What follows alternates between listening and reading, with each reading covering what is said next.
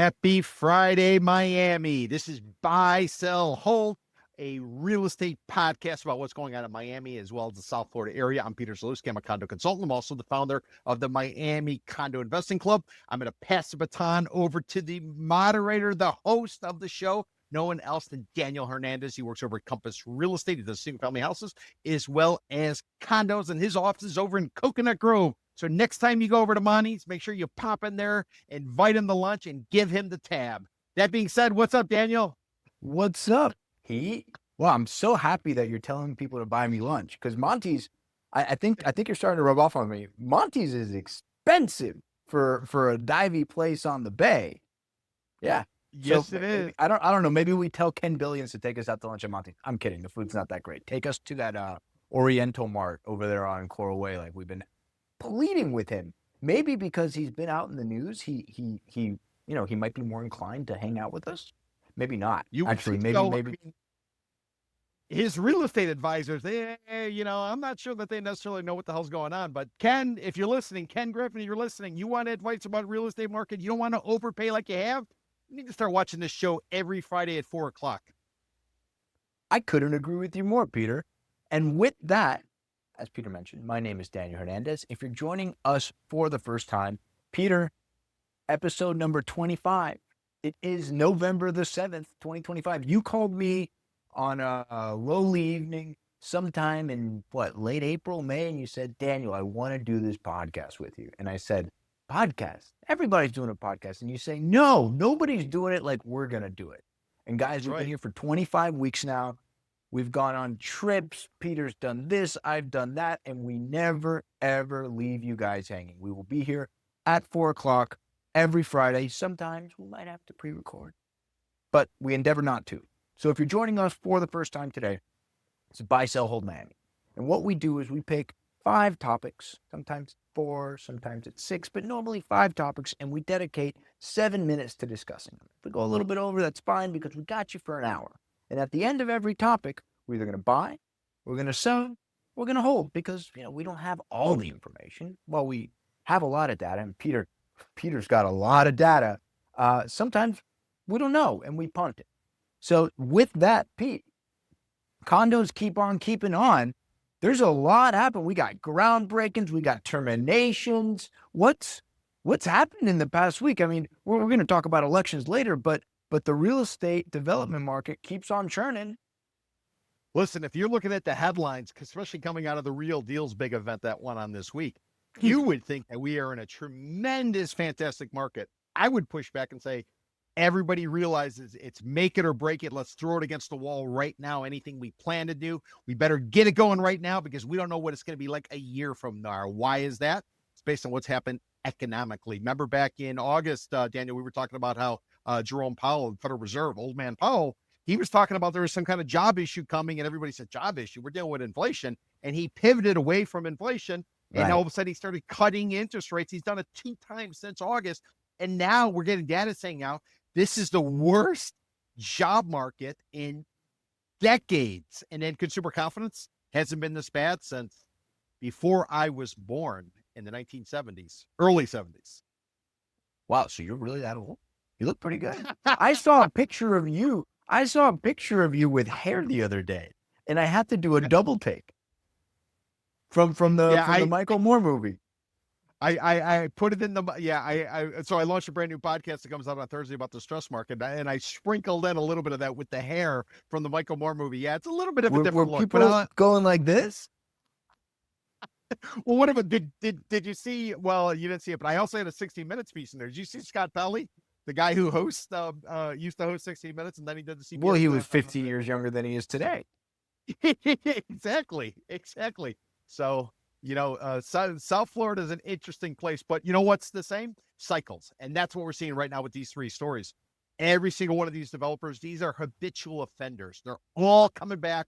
They want one last dip of that punch that they're all drinking, and they're hoping they're going to be good, and the music's going to keep playing. And if you listen to the overall market, many people are positive. I would be on the bearish side, but Daniel, you want to go through these stories one by one? Yeah, I can look at them. So we're talking about We're talking about a proposed, a planned, and a termination, right? So, Yep. proposed is breaking ground. Four Seasons, Coconut Grove, they're 50% sold. They're breaking ground. I don't have any qualms about it. We saw what Fort Partners did up in Surfside. They're reselling. I think they did a penthouse at $7,000 a square foot, which is, I mean, it's just setting people's heads aflame. Then we got a local group, 13th Floor Investments, announcing that they are planning to do a Nobu branded residence over there in Brickell. Hey, and I like the Nobu brand. Nobu, actually, I stayed at one. Just found this out. Did you know that it's owned by Robert De Niro? He's an equity owner in Nobu. I knew he was involved with it, but I don't understand how you invest in a restaurant brand. I mean, short of McDonald's, Well, I mean, look at all this Major Fruit Group stuff. Major Fruit Group's got the tower going up. Why not Nobu? Yeah, but Nobu or Nobu?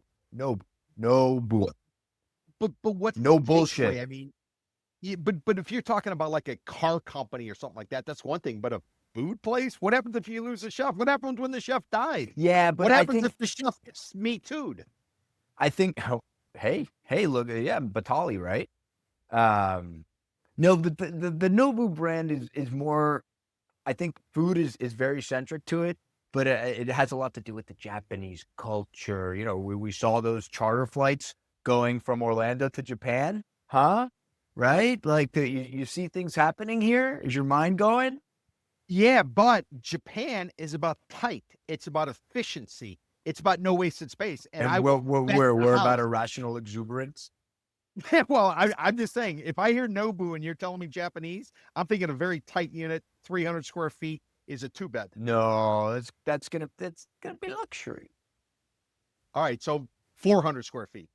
So with what are we looking at here? So 13th floor, 300 units, 74 stories. I mean, nothing too. That's the guy's name, Matsuhisa, Chef Nobu Matsuhisa. So the lore is that De Niro went and met this guy, and he was so enthralled with his Japaneseness. I don't really have the vocabulary for it, but he started this brand with this guy, and they have hotels all over the world. They got a hotel in Marrakesh, for God's sakes.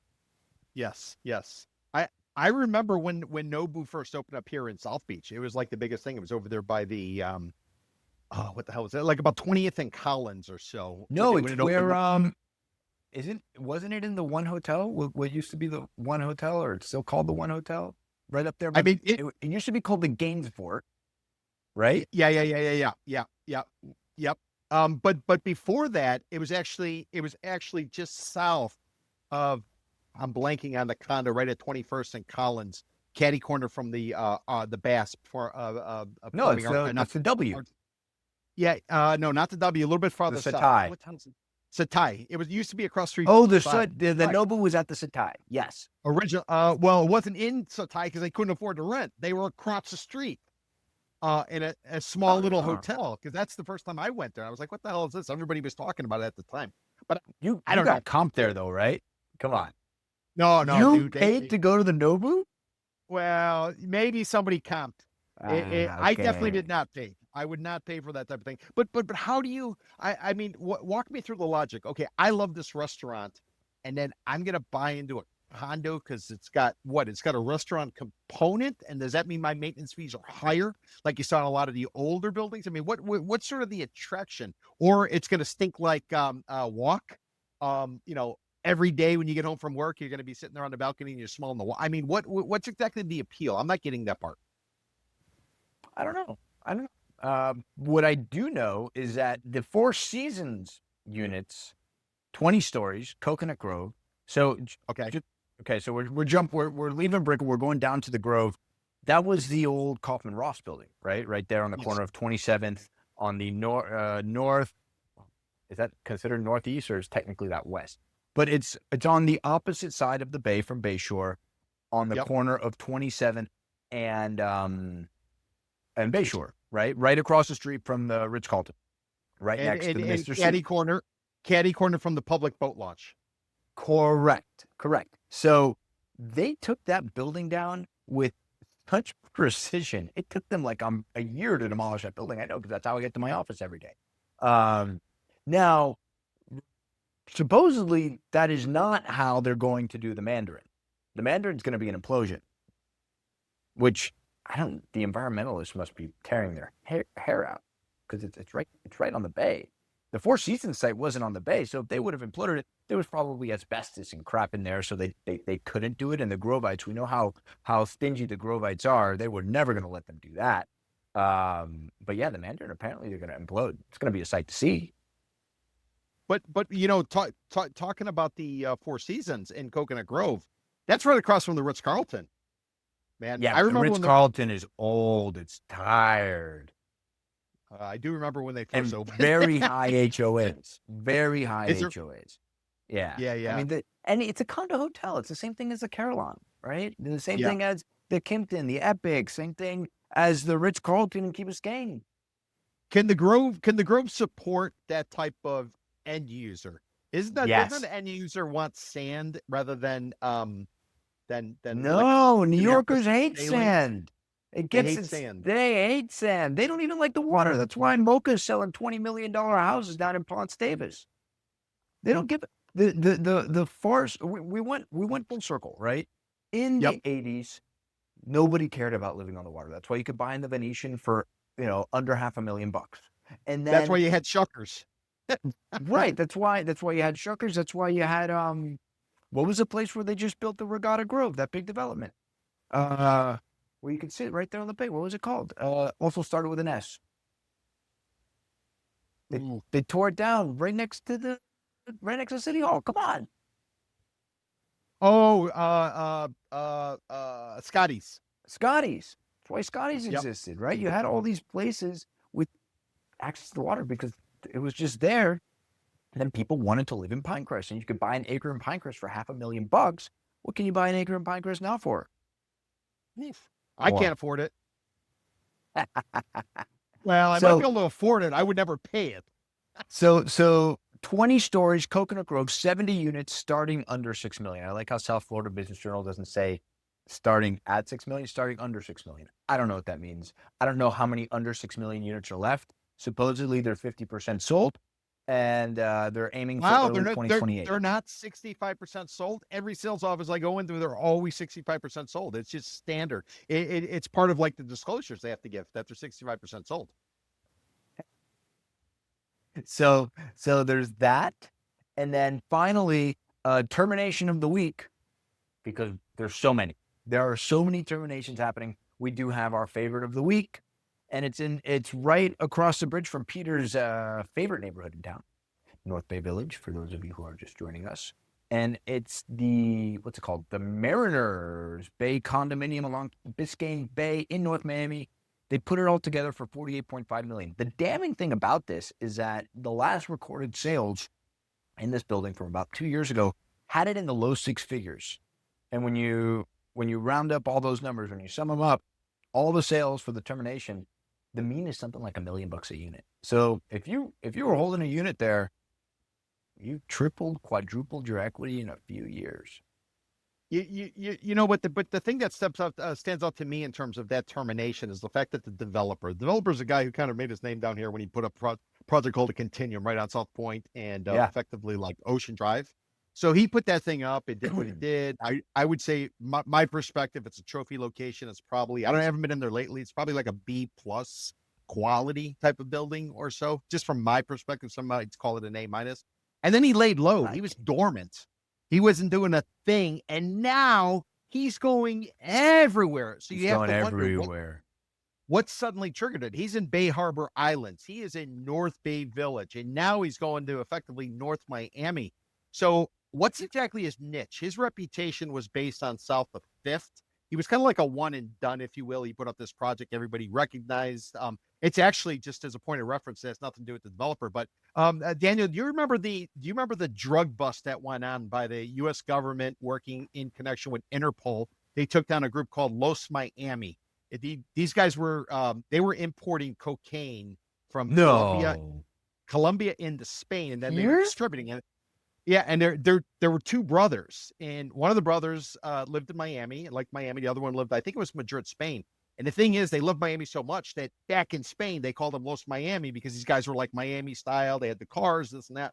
So I'll never forget, they did it. They did a simultaneous raid in Spain and in Miami in the Continuum. They went in there, knocked on the doors, and the urban legend was they were taking down the drywall and finding all kinds of stuff in the walls and stuff. Yeah, so Los Miami, and that was an interesting story because many realtors got tied up in there because they were shill buyers on behalf of this group, Los Miami. But anyways, Continuum, it was the location to be, and all of a sudden, the developer Eichner, he disappears, doesn't really do another thing for whatever reason. And by the way, he did take him a while to sell out the Continuum because his prices were so high. It took years to ultimately unload them. And now he's building, but he's building in locations that I would say are possibly investable. They're not exactly. Well, you've said it multiple times on the show that anybody who goes into North Bay Village year after year after year have just gotten completely burned. Oh, they get crushed. They get crushed. So, in fact, I did a podcast with one of the current commissioners there, and I told him, I said, listen, I got to be honest, because I always say North Bay Village is a rust stop on your way from the mainland to Miami Beach. It's kind of like a rust stop on the turnpike when you're going to Orlando, and there's nothing there. And he actually agreed with me. I need to point out that I misspoke. The Mariner is not opposite from North Bay Village. It's opposite of Bay Harbor Islands. So it's further north. Farther north. So this is up here. Bay Harbor Islands, totally different story. It's Bal Harbor adjacent. A lot of single-family homes on the western island, more condos on the eastern island. Ton of development happening there, and they're selling, right? Because, frankly, there's no more space. That's why I'm actually quite bullish on Bay Harbor Islands and Normandy because, North Bay Village, because Bay Harbor Islands is so congested. I mean, you try to drive through this area, Bay Harbor Islands, during rush hour or when school gets out, it is a log jam. Can't do it. Don't even try. Don't try to cross through here. It's gonna take you forever. But we got to go on to the next topic. Buy, sell. Just one point, if I could, because my office used to be in Bay Harbor Islands. The thing about Bay Harbor Islands, it's for people who are cheap and yet they want certain quality of life, brand new. It's effectively the Edgewater to Brickell, which would be Bell Harbor, and then downtown would be like Surfside. But that's all one basic community: Bell Harbor, Bay Harbor Islands, and Surfside. So I am a sell because I think this is a last-ditch effort. Try to get something to stick because they know if they don't have something going by May, chances are they're shutting it down, and then they're gonna have to think, what the hell do I do with the dirt? But is this just Continuum, or is this all three stories? All three stories across the board. See, this is where Peter and I differ. And this is why this show is so great, because I am a pound the table buy on everything that's happening. You terminate. But are you flipping the table? Are you pounding it and flipping it? Or is no, I'm not pounding it. No. Come on. Don't call me crazy. What do you think? They asked me to go on the Real Deal this week? Jesus. They know better than that. But I am a buy. I think the Four Seasons, I think the Grove can absorb end users for the Four Seasons. Absolutely. Especially from a builder like Nadim Ashi, Four Partners. And Ugo's involved with it too, man. It's Ugo and the guy who built the Four Seasons Surfside. I mean, that's like... Ugo's running ads on billboards at 27th and US 1 above Crooks and Crooks, the old bait shop, trying to sell units in his Vita project. That's all I'm saying about that. Well, you know what? And I know we got to move on, but that's like, it reminds me, if you ever been to LA during award season, right? They have all the for your consideration, FYC, for your consideration. And they put those billboards up for the Academy.